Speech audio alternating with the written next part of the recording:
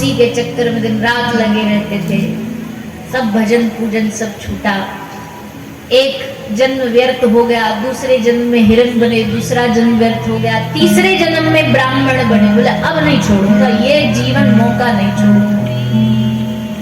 तीसरे जन्म में भरत जी महाराज ने अपने आप को ऐसा बना लिया जैसे ये बहरे हो, न सुनते न बोलते, गूंगे बहरे सब यही है, पागल है, पागल बन के रहते थे।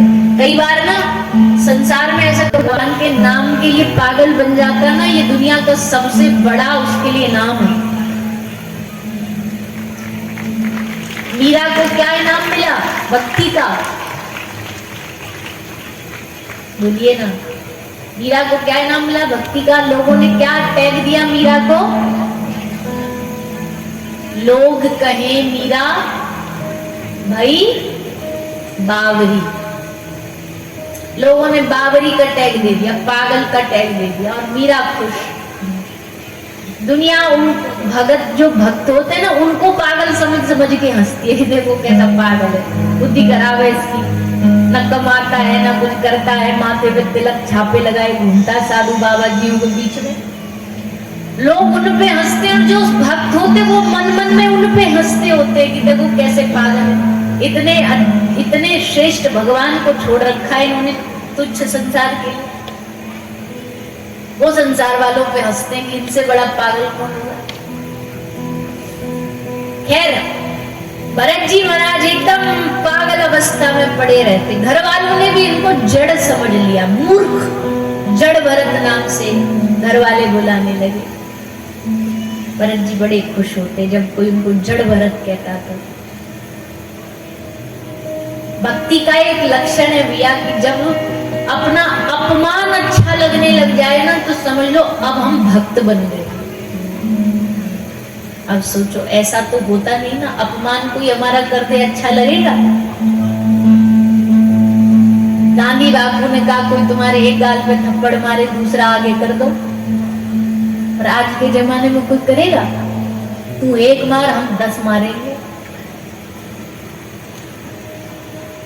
लेकिन जब अपमान अच्छा लगने लगे, तिरस्कार अच्छा लगने लगे, तो समझो अब भक्ति धीरे धीरे आ रही है भीतर। अब भक्ति देवी मन में प्रवेश कर रही है। अब अपमान मीठा लगने लगा, निंदा मीठी लगने लगी, बुराई मीठी लगने लगी। जबकि बुराई किसको मीठी लगती है? दूसरों की करने में तो मीठी लगती है, अपनी कोई बुराई हो रही वो थोड़ी ना मीठी लगती है। लेकिन जब अपनी बुराई मीठी लगने लगे, बहुत मुश्किल काम है ये, आसान नहीं है। अपनी बड़ाई तो सबको मीठी लगती है। कोई 2 अच्छी बात सुना दे हमारे बारे में तो एकदम मन में रसगुल्ला फूट जाता है। कितने अच्छे हैं हम, कितने बढ़िया हैं हम। लेकिन कोई 2 अगर गलत बात सुना दे तो वो सहन नहीं होती। हमारे लिए क्यों बोला ऐसा? हमारे लिए क्यों?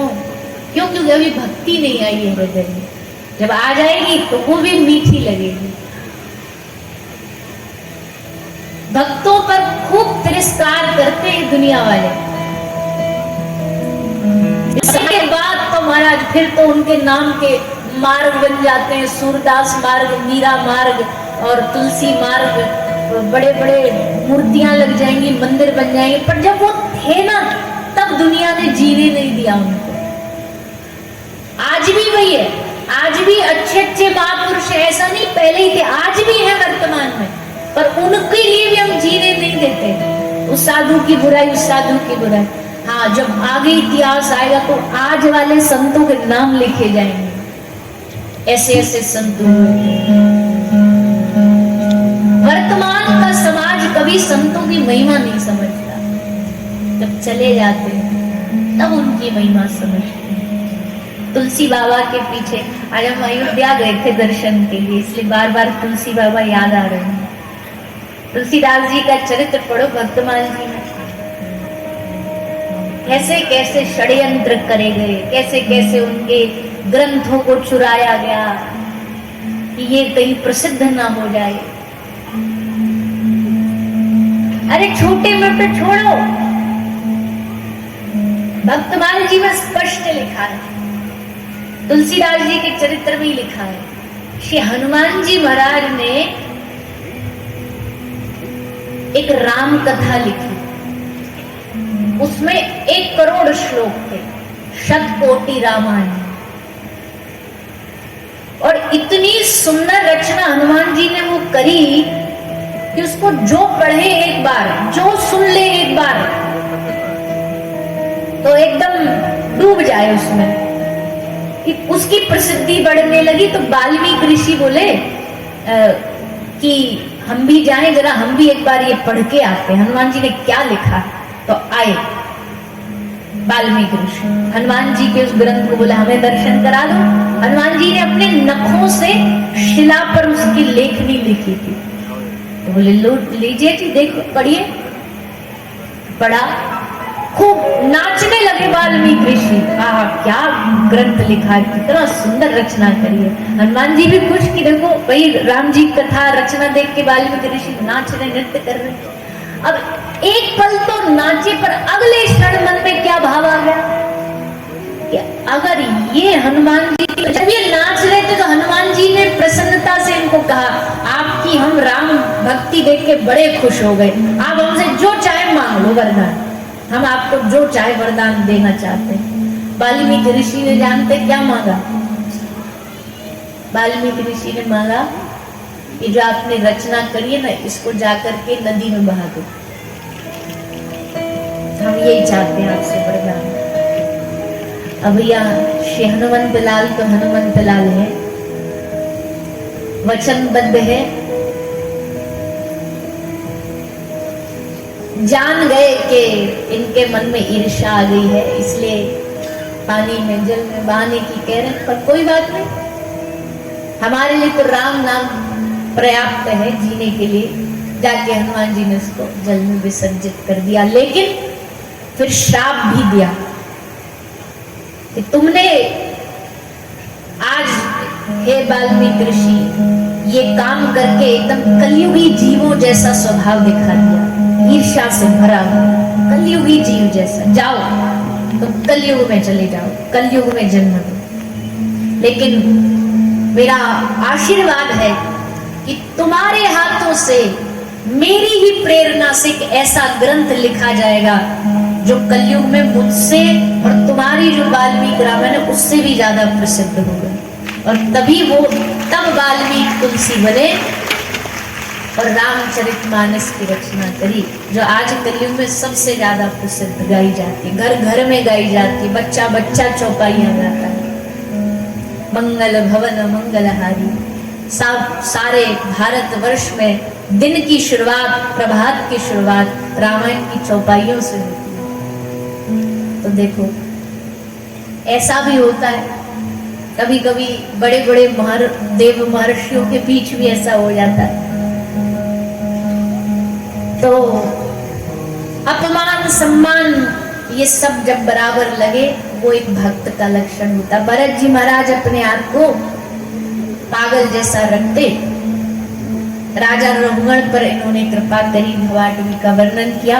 अभी कथा बहुत सारी बाकी है, इसलिए हम थोड़ा सा अपनी स्पीड बढ़ाते हुए आगे चलेंगे, क्योंकि अभी तो राम कथा भी है, फिर लाल जी भी आएंगे, सबका उत्सव होना है।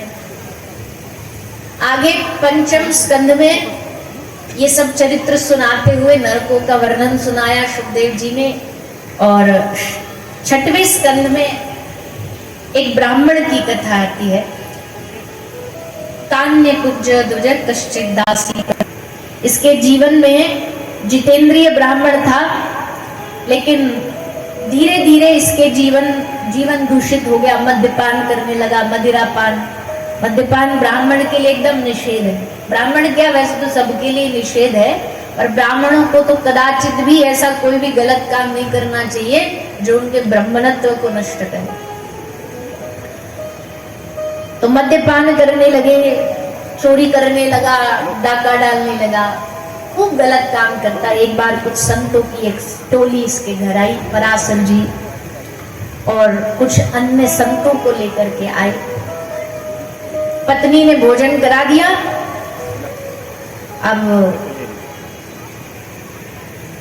अजामिल आया घर, पत्नी ने कहा देखो संत आए घर, कुछ उल्टा सीधा मत बोल लेना। क्या बोलना मैं बताती हूँ। जाना संतों को हाथ जोड़ करके ये कहना आपने बड़ी कृपा करी, आप हमारे घर पधारे, मैं आपका दास हूँ। अब गया, रट के गया था, पत्नी ने जो सिखाया जाके बोला आपने बड़ी कृपा करी, आप मेरे दास हो।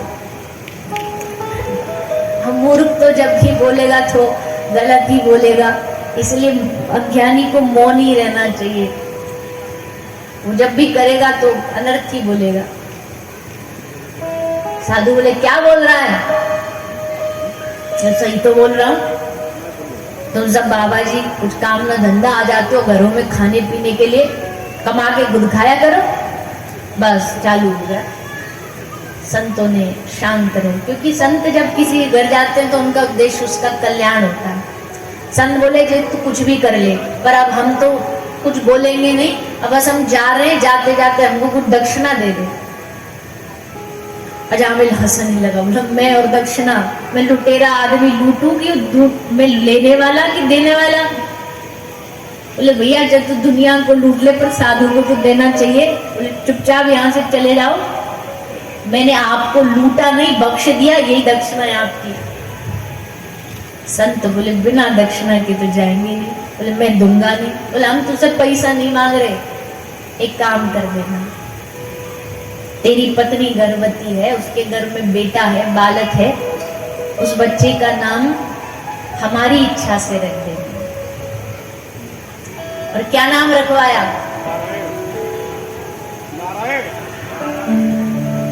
अच्छा किया ना, नारायण रखवाया, चिंटू पिंटू नहीं रखवाया। चिंटू पिंटू रखवा देते तो कल्याण होता, क्योंकि कल्याण तो भगवान के नाम में है। नाम में बड़े गुण होते हैं, और जैसा नाम होता है ना वास्तविकता में धीरे धीरे स्वभाव भी व्यक्ति का वैसा बनने लग जाता है। इसलिए नाम बड़े सोच समझ के रखना चाहिए बच्चों का। आध्यात्मिक नाम रखने चाहिए, साधु संतों के नाम पे रखो, भक्तों के नाम पे रखो, भगवान के नाम पे रखो। तो नारायण नाम रख दिया इसने, और बस नारायण नारायण नारायण करते करते इसका जीवन भक्ति में हो गया, नारायण में हो गया। नारायण भगवान की कृपा हुई, इसका कल्याण हुआ। वो भगवान नारायण जो सब पर कृपा करते हैं, उन्हीं भगवान नारायण ने अपने एक और भक्त पर कृपा करी है, जिनका नाम है भक्त प्रवर श्री प्रहलाद जी महाराज। प्रहलाद जी बड़े अद्भुत भक्त हैं। ये भी बस जब देखो नारायण नारायण नारायण नारायण करते रहते, वही जपते रहते, खाते नारायण, सोते नारायण, जगते नारायण, बोलते नारायण। पिता समझ गया कि ये बेटा, सबने कहावत सुनी है ना, कौन सी वाली? जाको राखे साइया मार सके ना कोई, बाल न बांका कर सके जो जग बैरी। तो इसका मतलब क्या है? बोले जीवन में सबसे ज्यादा दुनिया का साथ जरूरी नहीं है। किसका साथ जरूरी है? बोलो ना, जोर से बोलो। किसका साथ चाहिए आपको? भगवान का? पक्का? लोग कर दिया जाए तो फिर मांगो भगवान से साथ। कैसे मांगना है? गाइए सर। तो हुए नहीं और तुमको मुझ पे इतना भरोसा, धोखा दे दिया तो अब तो दैत्यों को और ज्यादा भरोसा हो गया, जो ऐसा कह रही है तो पक्का ही धोखा नहीं देगी। बोले ना ना मोहिनी, हम तैयार हैं, तुम बांट दो अमृत। मोहिनी बोली बैठ जाओ, दो अलग अलग लाइन बनाओ, देवता अलग बैठो, दैत्य अलग बैठो। तो दोनों लाइन लगा के अलग अलग पंक्ति में बैठ गए। मोहिनी ने मन में सोचा पहले देवताओं को पिला देती, बाद में कोई हंगामा हंगामा हो गया तो बढ़िया, पहले ये निबटना है देवता। पर अगर सीधा पिलाऊंगी तो ये झगड़ा करेंगे दैत्य बुद्धि वाले, तो इनको कैसे रोकना है? मोहिनी ने थोड़ा सा अमृत में से, कलश में से अमृत टपकाया और टपका के बोली कि दैत्यों को कि देखो मैंने देखा है इस कलश में ऊपर तो पतला पतला अमृत है, नीचे गाढ़ा गाढ़ा बढ़िया वाला है। तो जो पतला पतला ये पहले देवताओं को इनको निपटा देती हूँ, अच्छा वाला तुमको बाद में दूंगी, तुम आराम से शांति से वेटिंग लाइन में बैठ जाओ। सारे बैठ गया। हमारा कितना ध्यान रखती है मोहिनी। तो मोहिनी सबको अमृत पिलाती पिलाती आई। सब सारे दैत्य तो इसी आशा में बैठे कि जब इनका निबट जाएगा तब हम बढ़िया वाला पिएंगे। एक दैत्य था, उसने थोड़ी बुद्धि लगाई कि मोहिनी में कुछ तो गड़बड़, इतना अच्छा गुण कैसे हो सकता है, हमारा इतना भला सोच रही है और इनका नहीं सोचती देवताओं का। तो बाद का इंतजार क्यों करें, उससे पहले ही चलो कुछ ना कुछ जुगाड़ बनाते। तो रूप बदल के देवता बन के सूर्य और चंद्रमा के बीच में बैठ गया राहु, जाके बैठ गया। मोहिनी सबको लाइन में पंक्ति में अमृत पिलाती पिलाती राहु को भी अमृत पिला दिया। तब से आज तक राहु बैठा ही रहता सूरज चंद्रमा के बीच में, बार बार ग्रहण होता है। चक्र और राहु का सर धड़ से अलग कर,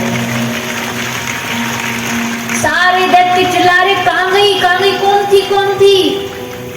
एक बोला थी नहीं था, थी नहीं, ये तो थी बन के आई थी, ये तो था नारायण, लूट के ले गया, छल के ले गया हम सबको।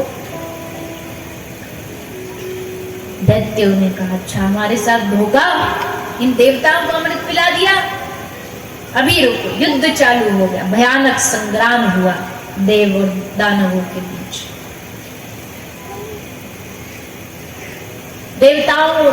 दैत्यों का जो राजा है बलि, उसको देवताओं ने मार दिया, मृत्यु हो गई। शुक्राचार्य जो दैत्यों के गुरु हैं, उन्होंने संजीवनी लाके बलि को जीवित किया। फिर दोबारा बल से पूरा संग्राम हुआ देवताओं के और दैत्यों के बीच। देवता हारे और तब स्वर्ग को वापस दिलाने के लिए देवताओं ने प्रार्थना करी और तब भगवान ने माता अदिति के गर्भ से श्री वामन भगवान के रूप में अवतार ग्रहण किया। बोले श्री वामन भगवान की। श्री वामन भगवान प्रगटे हैं, सुंदर बाल रूप धारण करके प्रगटे हैं। दान लेने की भावना से वामन रूप हुआ है, इसलिए बलि के द्वार पर पहुंचते, बलि के द्वार पर जैसे आए बलि ने सम्मान किया, ब्राह्मण पधारे, उनका स्वागत सत्कार किया और निवेदन किया कि प्रभु मैं आपकी सेवा में क्या अर्पित कर सकता हूँ। वामन भगवान ने कहा हमको कुछ भी तुझसे आशा नहीं है, हम लेने नहीं आए। हाँ ठीक है, हम जानते हैं आप लेने नहीं आए, पर हमारा तो मन है देने का, तो आप हमारी इच्छा पूरी कर दीजिए, हमारे लिए मांग लीजिए कुछ। बहुत कहा, बड़ी नाटक करी वामन भगवान ने। पहले तो एकदम त्यागी ब्राह्मण बन के आए, हमको कुछ नहीं चाहिए, हमको कुछ नहीं चाहिए, हम तो संतोषी हैं। और जब बार बार बलि ने प्रार्थना करी तो बोले ठीक है चल, ज्यादा ही इतना ही तू प्रेशर कर रहा है, इतना ही बोला, 3 पग भूमि दान में दे दे। प्रभु 3 पग भूमि, ये भी कोई मांगने वाली चीज है? वामन भगवान बोले देखो छोटे से हम तो, हमारी मांग भी छोटी सी है, ज्यादा नहीं चाहिए हमको। तो बलि ने मांग करी और वामन भगवान ने उसकी मांग को पूर्ण किया। 3 पग भूमि में बलि का सर्वस्व नाप करके उसको, उस पर कृपा कर दी भगवान ने और बलि ने अपना संकल्प पूरा कर दिया। समग्र ब्रह्मांड भगवान ने अपने चरणों से नाप लिया और इस प्रकार बलि और वामन भगवान की सुंदर कथा सुखदेव जी ने सुनाई। आगे भगवान ने मीन अवतार, मत्स्य अवतार धारण किया, मीन बने। 9वें स्कंद में पहुंचे तो सूर्य वंश की चर्चा शुरू हो गई। भगवान ने धरती का, अपने भारत भूमि का कोई कोना नहीं छोड़ा, कोई प्रदेश नहीं छोड़ा जहां भगवान ने लीला नहीं करी हो। थोड़ी बहुत कोई जगह बच गई तो उसमें जब 14 वर्ष का वनवास हुआ तो उसमें पूरा भारत भ्रमण कर लिया, ईस्ट वेस्ट सारे घुमाए। कहीं चले जाओ हर जगह आपको प्रभु के वनवास की लीलाएं मिल जाएंगी। यहाँ भगवान ने शबरी के पैर खाए, यहाँ वैसा किया, यहाँ वैसा किया। और यूपी वालों वैसे तो बड़े भाग्यशाली हो, दोनों ही अच्छे अच्छे ठाकुर यूपी वालों ने पकड़ रखे, एक अयोध्या वाले और एक वृंदावन वाले। इस उत्तर प्रदेश की भूमि है, वो तो प्रदेश वगैरह तो बाद में बने, पर ठाकुर जी का मूल रूप से स्थान दोनों ही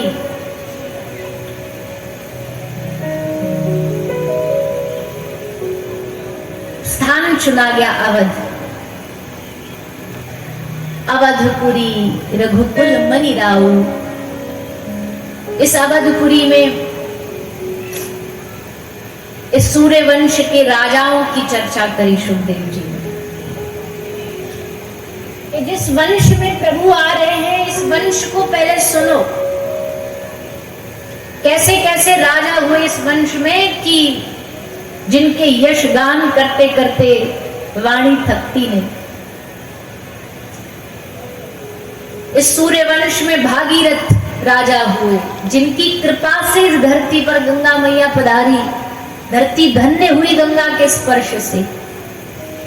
इसी सूर्य वंश में महाराज खटवांग हुए, इसी सूर्य वंश में महाराज अज हुए, इसी वंश में रघु हुए। महाराज रघु ने अपने तन के कपड़ा जो पहन रखे थे, उस वस्त्र के अलावा जितना भी था इनके पास सब दान में दे दिया, सब कुछ दान में दे दिया प्रजा को। प्रजा इतनी राजी हुई कि सूर्यवंश का नाम बदल करके रघु राजा के नाम पर रघुवंश रख दिया। इसी वंश में महाराज नृग हुए। राजा नृग, शास्त्र कहता है कि धरती पर कितने धूली कणे ये तो गिन लोगे, आसमान में आकाश में कितनी बारिश की बूंदें ये गिन लोगे, नभ में कितने तारे हैं ये भी गिना जा सकता है, पर महाराज नृग ने कितनी गौदान करी ये नहीं गिना जा सकता। इतनी गौदान करी, इतने बड़े गौ भक्त थे महाराज नृग। इसी गौ भक्ति को और बढ़ाया इसी सूर्यवंश में महाराज दिलीप ने। गैया की रक्षा के लिए तैयार हो गए, प्राण दे दूंगा, गौ माता की प्राण नहीं जाने दूंगा। और इसी रघुवंश में हुए महाराज दशरथ, और उन दशरथ के घर पधारे रघुवंश मुकुटमणि मर्यादा पुरुषोत्तम भगवान श्री रामचंद्र। वैसे तो राम जी की लीलाएं, बाल लीलाएं, राम जी की यौवन लीला सब हैं। जैसे हम अपने लाल जी की गाते वृंदावन वाले कैसे चलना सीखे, राम जी की भी लीलाएं गाई जाती है। ठुमक चलत रामचंद्र बाजत पैजनिया। कहीं कौए से वार्तालाप कर रहे हैं, सूरदास जी ने गाया कि हाथ में रोटी लेके खा रहे हैं, तो कौआ आया हाथ से रोटी लेके भाग गया। ठाकुर जी रुदन करने लगे, रामलला रुदन करने लगे। तो ये सब लीलाएं प्रभु की भी हैं, बस थोड़ा मर्यादित रह करके उन्होंने लीलाएं करी हैं। और राम जी की मर्यादा कोई क्या बता सकता है। कहते हैं कि वनवास जा रहे थे, कोई एक कांटा आया राम जी के चरण में लग गया, पांव में लग गया। लखन भैया बोले लाओ भैया आपके पांव का कांटा निकाल देता। राम जी ने कहा नहीं, ये नहीं, अब ये लग गया, अब ये हमारे चरणों में ही रहे। क्यों? राम जी कहते हैं कि एक बार जो मेरे चरण पकड़ लेता है, फिर मैं उसको अपने चरण से कभी दूर नहीं करता हूँ। अब वो मेरा है, अब मैं उसे हटाऊंगा नहीं, मैं दूर करी। कुछ ही दिन बाद आ गई थी, तो उससे पहले जो दीपावली थी, उस दीपावली को एक बड़ी न्यूज चैनल है, उसका कार्यक्रम उन्होंने अयोध्या में रखा था, जब रामलला टेंट में विराजते थे। तो उनका न्योता आया, तब पहली बार मेरा अयोध्या आना हुआ था, उस कार्यक्रम के उसमें दीपावली का दीपोत्सव उस समय रखा गया था। और उसी से कुछ दिन बाद खबर आई कि राम मंदिर का निर्माण होगा। तो अब आपसे बेहतर तो कोई जान नहीं सकता, आप तो पड़ोसी हो, एकदम पास वाले हो। आपने कितने वर्षों तक रामलला को उस टेंट में भी देखा है और आज उनको उस भव्य दिव्य राम मंदिर में भी विराजमान देखा है। उस दोनों की जो भेद है, जो अंतर है, जो खुशी है, खुशी तो सबको ही है, पर भैया जहाँ क्षेत्र में होता है, जिस क्षेत्र के हो, उसका तो फिर आनंद दुगना ही हो जाता ना। उसकी तो एकदम छाती चढ़ जाती है कि भाई हम उस स्थान पे रहते हैं जहाँ हमारे रामलला का भव्य राम मंदिर बना है। सारी दुनिया ने इस भूमि की गाथा को गाया है और सदा गाते रहेंगे। न्योता तो उस समय भी आया था, पर दुर्भाग्य है, क्या कहें, कभी कभी दुर्भाग्य हावी हो जाता है। तो आज ही अवसर मिला, सुहाना रूप, सलोना रूप, बाल रूप, श्याम वर्ण, चेहरे पर वही सुंदर सुंदर झीनी झीनी मुस्कुराहट, मुस्कुराते हुए कृपा कर रहे हैं भक्तों पर। ऐसे हमारे सबके हृदय प्राणाधार प्रभु श्री रामलला, आज उनके चरणों में सब प्रणाम करें। तो वो जो कार्यक्रम था उससे मुझे याद आया, तब मैंने ज्यादा, क्योंकि हम कृष्ण कथा कहते हैं तो ज्यादा ठाकुर जी की लीलाएं गाते हैं, तो वो कार्यक्रम होना था, तो उसमें राम जी के भजन कुछ गाने थे, तो हमने इकट्ठे करे, किसी से मांगे कि भाई कुछ राम जी के भजन दो। तो किसी एक अयोध्या वाले ने हमको एक भजन दिया, वो बड़ा प्यारा है, अयोध्या में भी बहुत गाते हैं और वैसे भी बहुत बहुत प्यारा है। तो उसको 2 मिनट सभी गाएंगे। यमुना जी पार करते हैं, यमुना जी चरण प्रक्षालन करती है, चरण धोती है, चरणों का स्पर्श पाकर के श्री यमुना मैया धन्य होती है। आइए हम सब बड़े भाव और उत्साह के साथ प्रभु का स्वागत करेंगे, सब भाव से गाएंगे, तालियों की सेवा करेंगे। प्रभु हमारे मध्य आएंगे, बैठे बैठे सब दर्शन करेंगे, कोई खड़ा नहीं होगा। उत्सव होगा तब खड़े होंगे सब लोग।